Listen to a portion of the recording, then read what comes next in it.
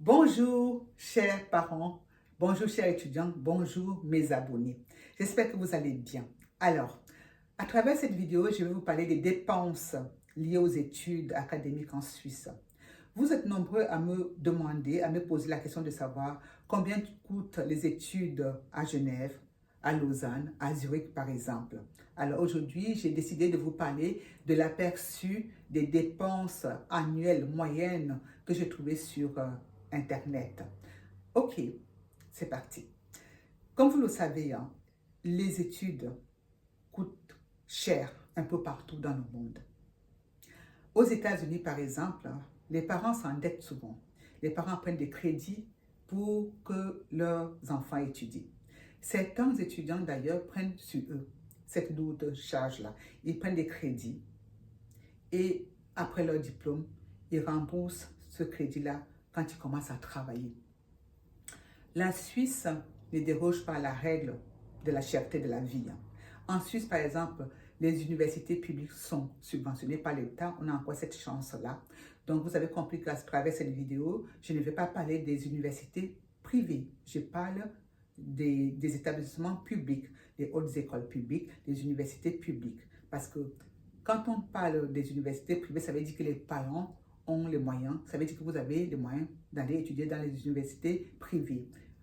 Je me répète, donc à travers cette vidéo, je suis en train de parler des universités publiques. Alors, du coup, en ce qui concerne donc ces universités subventionnées par l'État, il y a, même si le coût n'est pas élevé, hein, même si les taxes universitaires ne sont pas très élevées d'un canton à l'autre, il reste néanmoins des frais liés aux études et des frais liés à la vie de tous les jours. OK? Alors, vous devez distinguer deux postes de dépenses lorsque vous venez étudier en Suisse. Il y aura des frais liés aux études, donc les frais d'études. Ensuite, des frais liés à la vie de tous les jours, donc le coût de la vie normale. En ce qui concerne les frais d'études, vous devez compter. On va parler des frais liés aux taxes universitaires, par exemple, d'accord? Il y a d'autres frais administratifs que l'université va vous demander de contribuer, d'accord? Et ces frais d'études vont dépendre, en fait, le montant va dépendre du canton et de la filière que vous aurez choisi également.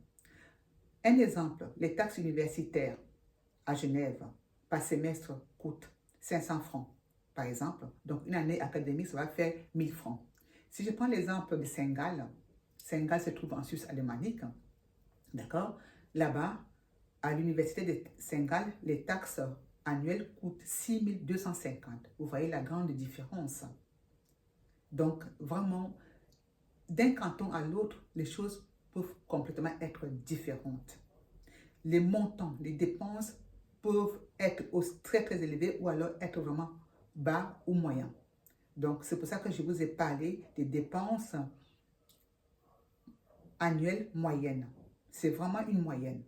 Ce n'est pas une photocopie de toutes les universités publiques en Suisse. Non, c'est une moyenne qui a été calculée. D'accord? Alors, maintenant, en ce qui concerne le coût de la vie, qu'est-ce qu'un étudiant étranger, un étudiant international qui se retrouve à Genève est censé payer pour vivre en Suisse? Il y a d'abord le loyer. Ça, c'est un poste très important des dépenses, c'est le loyer. Les étudiants qui ont la chance d'habiter avec leurs parents payent beaucoup moins cher les frais liés au loyer. Par contre, si vous vous retrouvez ici et vous ne connaissez personne, vous devez aller en location. Le loyer occupe un poste très très cher. Le loyer n'est pas donné. Dans les villes comme Genève, Lausanne, Zurich et Bâle, c'est là où la vie étudiantine est beaucoup plus chère d'ailleurs. Donc, franchement, les loyers ne sont pas donnés. Il faudra vous attendre à payer dans les 9 000 francs par année académique de loyer, par exemple. OK? Après le loyer vient la nourriture. Évidemment, il faut se nourrir. Et de nos jours, avec l'inflation, depuis la Covid, les prix ont pris l'ascenseur. Donc, il faut se nourrir. D'accord? Il faut aussi les produits ménagers. Il faut entretenir son intérieur. Tout ça, ça coûte aussi. Après, la nourriture, il y a les vêtements. Lorsque vous arrivez ici en hiver, ce que je ne vous souhaite pas, hein, et même si vous arrivez en été, vous allez devoir dépenser l'argent aussi quand l'hiver va arriver. Donc, il y a des vêtements pour l'été et des vêtements pour l'hiver. Il va falloir se vêtir. Ça aussi, c'est un poste de dépense qui compte aussi, d'accord? Les produits d'entretien aussi, la lessive, ça, il faut compter. Les produits de soins. Pour les filles, vous savez, il y a beaucoup plus de produits de soins d'hygiène à acheter par rapport aux garçons, d'accord? Après les vêtements, viennent les assurances. Les assurances maladie sont obligatoires en Suisse. Vous devez acquérir, vous devez souscrire à une assurance. Parce qu'au cas où vous êtes malade, il faut payer les frais des médecins. Donc, les assurances maladie, assurance responsabilité civile aussi, assurance accident, ça compte. Ensuite, oui, la santé, ben oui, quand je parle d'assurance, je parle nécessairement de la santé. La santé, c'est aussi un poste de dépenses à compter. Après la santé, il y a aussi les impôts. En tant qu'étudiant, si vous travaillez, et la plupart de nos étudiants internationaux qui arrivent en Suisse sont obligés de travailler parce que la vie est chère. Lorsque vous travaillez, évidemment, vous cotisez. Donc, vous devez payer les impôts. Donc, il faut compter les assurances, la santé et les impôts également. Et après, il y a les frais de déplacement. Qu'est-ce que j'entends par frais de déplacement? C'est tout ce que vous devez payer lorsque vous vous déplacez d'un point A à un point B. Vous allez à l'université, vous prenez le transport public, vous allez voir les amis, vous prenez le transport public, vous prenez les trains, vous prenez le métro. Tout ça coûte de l'argent. C'est vraiment important aussi de prendre ça en considération. C'est un poste de dépenses qui est aussi important. Les transports publics coûtent cher en Suisse. Mais bon, je pense que les jeunes ont quelques avantages.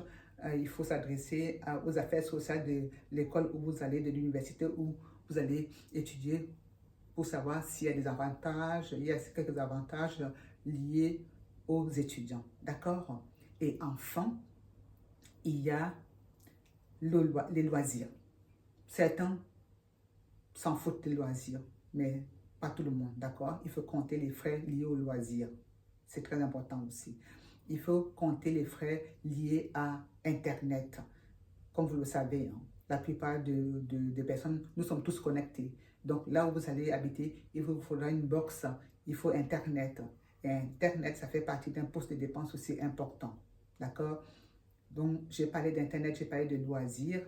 Et voilà à peu près le budget, l'aperçu d'un budget en fait, concernant les dépenses annuelles moyennes en Suisse. Maintenant, cela va dépendre de tout un chacun. Il y a des gens qui ont d'autres besoins. Il y a des gens qui ont des besoins modestes et d'autres qui aimeraient plus. Donc, c'est pour ça que chacun d'entre vous doit vraiment faire le budget en fonction de ce qu'il aime, de ce qu'il apprécie, du luxe ou pas, etc. Donc, vous comprenez. Voilà ce que je voulais partager avec vous par rapport aux dépenses liées aux études en Suisse. Je vais me répéter, je ne sais pas si je l'ai déjà dit, mais je vous conseille vivement d'aller sous les descriptions de cette vidéo, lire tout ce que je vais mettre sous cette barre de description.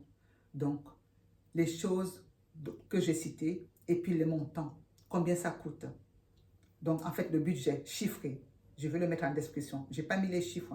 Chaque fois que je vous parle de quelque chose, je ne mettais pas les chiffres, je ne mettais pas les montants. Donc, ce sera chiffré sous la barre de description. Allez-y lire. D'accord? Voilà, c'est ce que je voulais partager avec vous.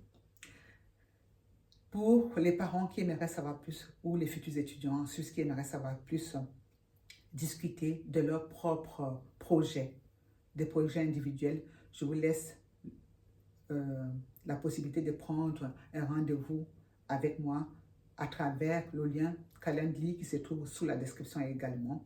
Prendre un rendez-vous découverte de 20 minutes avec moi afin qu'on parle de votre cas particulier. OK? Alors, c'est ce que je voulais partager avec vous. N'oubliez pas de donner, de partager, pardon, de liker et puis de vous abonner. On se dit à très très bientôt. Bye bye.